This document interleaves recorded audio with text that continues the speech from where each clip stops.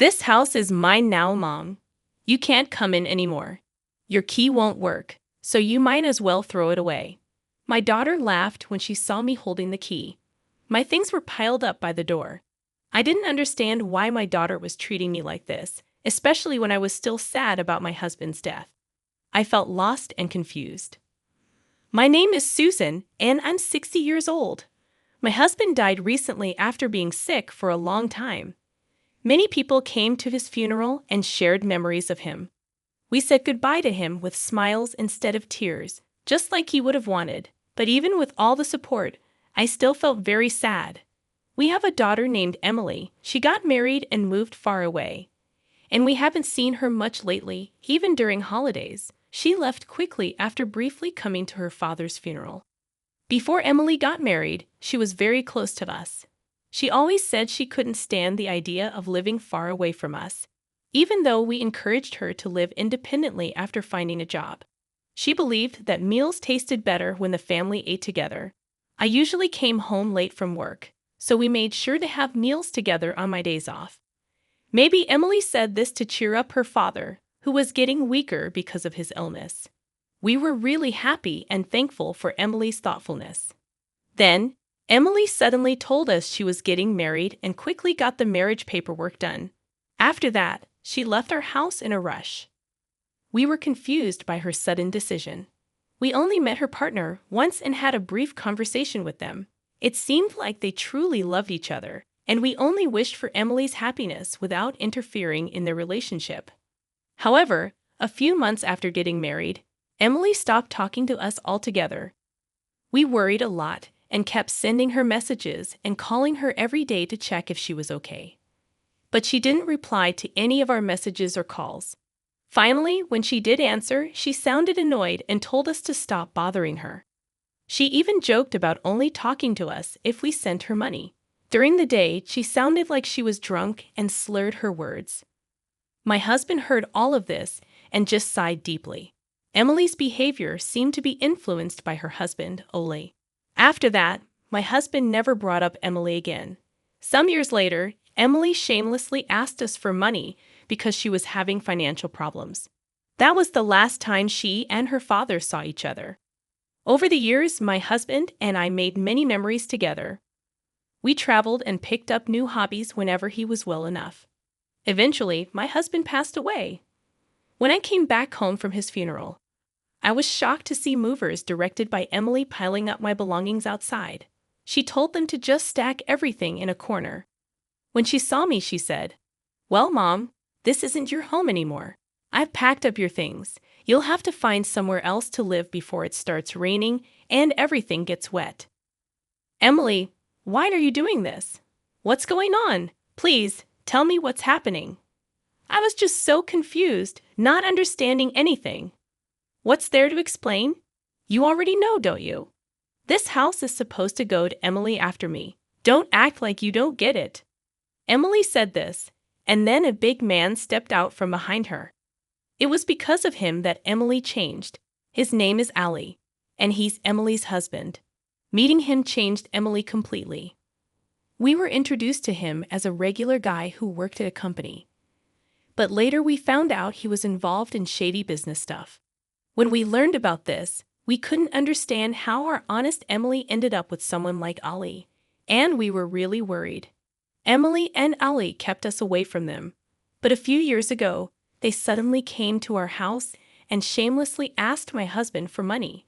It shook me deeply, but my husband stayed calm and mentioned a will that even I didn't know about back then. It clearly said that this house would go to Emily and everything else to me. Now that Dad has passed away, the house belongs to Emily, so outsiders should leave quickly. You have no right to live here. Don't pretend you've forgotten. Ali kicked my things aside and sneered, but you can't just show up here all of a sudden. Seeing my stuff piled outside, I didn't know what to do. I felt completely lost. Now, Ole, don't be so harsh. Mom shouldn't stay here, but we're still family, right? Emily said this as she came closer to me while I held onto the key. Don't be so sad. You'll always be my mom. You can use this key to come to the house anytime. Don't feel too down. Then she took the key from my hand and threw it as far as she could. "What's the matter with you?" The key flew through the air and disappeared. I was shocked by Emily's unexpected action. Turning back to her, I said, "I'm sorry about that." Upon closer inspection, I realized that the key was already useless. I forgot we changed the locks earlier. There was no point in you holding onto it, so I threw it away for you. Don't act like I've done something terrible. It's not that big of a deal. Emily and Ole looked at me in disbelief and burst into laughter. Emily's face, now completely different from before she got married, showed that she would do anything for her own benefit. I felt tears starting to form. Then I remembered my husband's gentle smile, as if he was telling me to stay strong. "Emily, I understand what you're trying to say, but you're getting the wrong idea. This isn't the right place to talk. Let's go inside."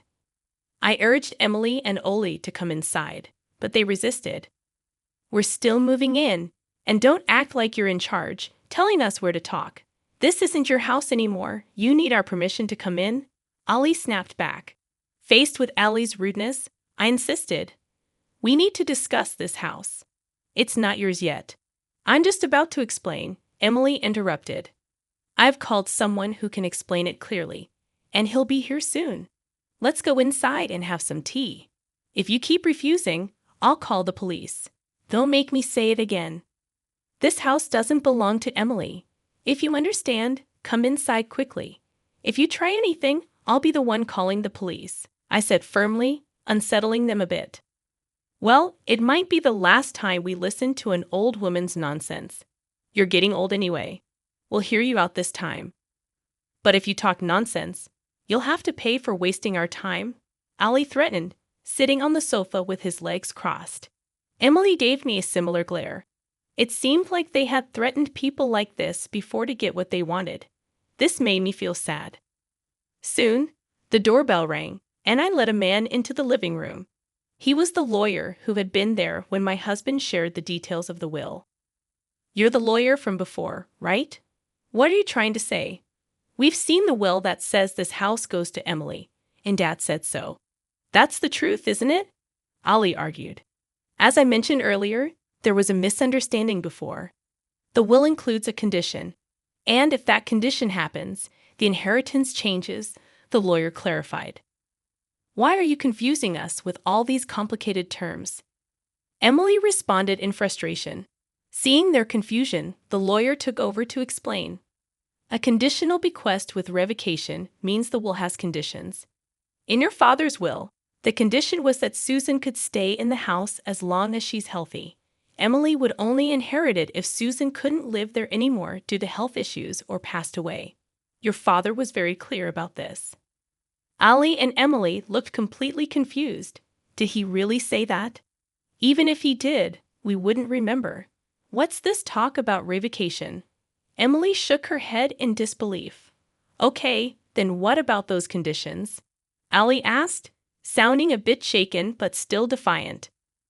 "By trying to kick Susan out of the house, you violated the conditions of the will.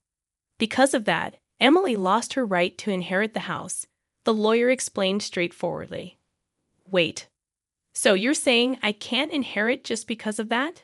That's ridiculous." Emily exploded in frustration. "That's the essence of this will.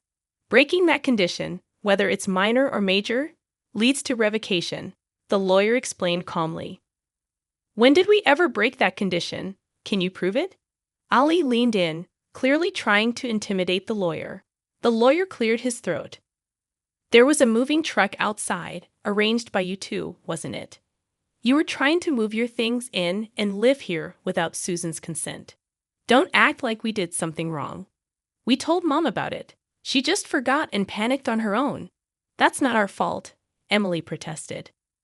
Such childish excuses don't work in the adult world.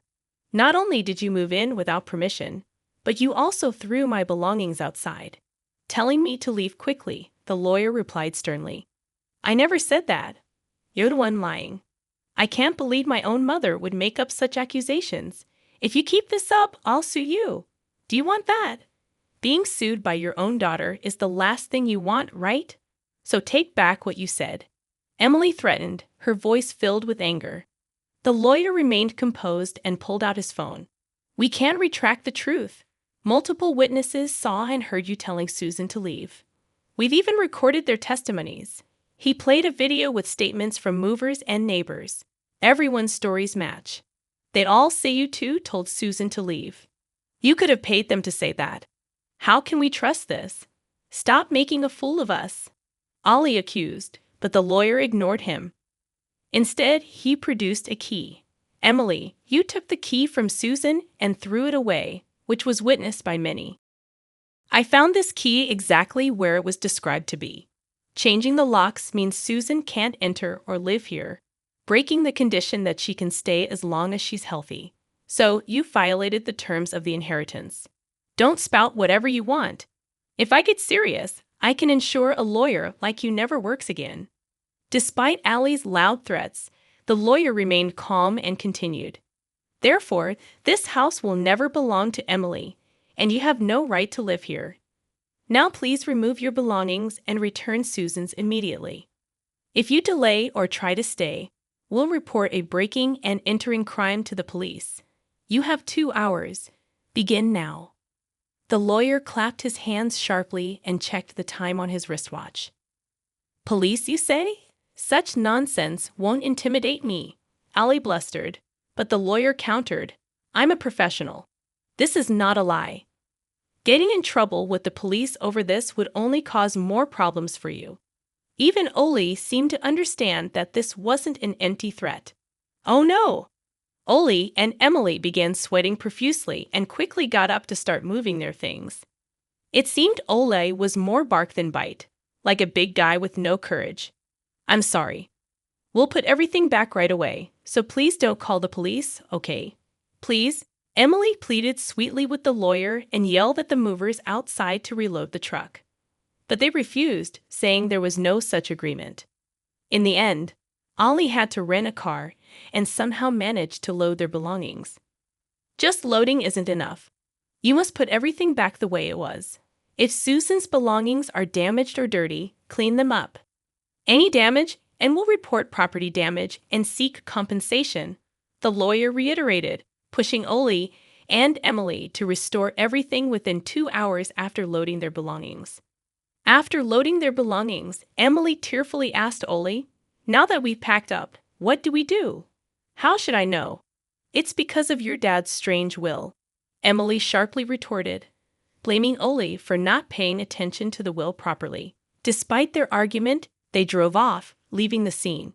I thanked the lawyer profusely and returned to my home filled with memories of my husband, feeling relieved.